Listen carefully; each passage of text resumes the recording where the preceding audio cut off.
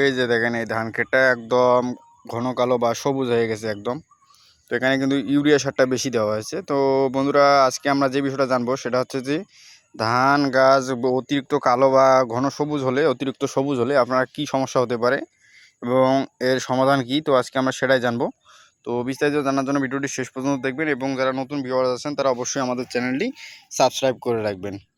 তো বন্ধুরা, এখানে লক্ষ্য করতে পারতেছেন এই যে দেখেন কেবল গাছের মাজরা পোকা ধরা শুরু হয়ে গেছে। তো এরকম কিন্তু অনেক সমস্যা আছে। তো এখন কথা হচ্ছে যে ধান ক্ষেত যদি ঘন সবুজ হয়, বেশি অতিরিক্ত সবুজ বা কালো হয়, তাহলে যে সমস্যাগুলো হবে সেটা হচ্ছে যে দেখবেন যে আপনার ধান ক্ষেতে বিভিন্ন রকম পোকার আক্রমণ হবে, যেমন মাজরা পোকা, ডোরা পোকা, বিভিন্ন রকম পোকার আক্রমণ হবে। 2 নম্বর হচ্ছে যে আপনার ধান ক্ষেতে পচন রোগটা আক্রমণ করবে খুব দ্রুত। কারণ হচ্ছে গাছের ঘনত্ব বেশি হওয়ার কারণে বা সবুজ হওয়ার কারণে পাতা বেশি হয়েছে। তো এতে করে কিন্তু আপনার গাছগুলো আলো বাতাস কম পাচ্ছে এবং গাছগুলো কিন্তু নরম হয়ে গেছে।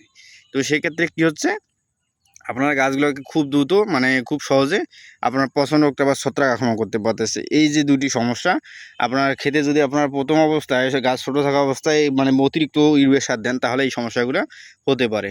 তো এই ক্ষেত্রে আপনারা কী করবেন, ইউরিয়া সারটা একটু কম করে প্রয়োগ করার চেষ্টা করবেন। তাহলে দেখবেন যে আপনার জমিতে এরকম সমস্যাটা একটু কম হবে। তো বন্ধুরা, আশা করি বুঝতে পারছেন। তো আজকে পর্যন্ত সবাই ভালো থাকবেন। ভিডিও ভালো লাগলে অবশ্যই আমাদের চ্যানেলটি সাবস্ক্রাইব করে রাখবেন প্লিজ। আসসালামু আলাইকুম।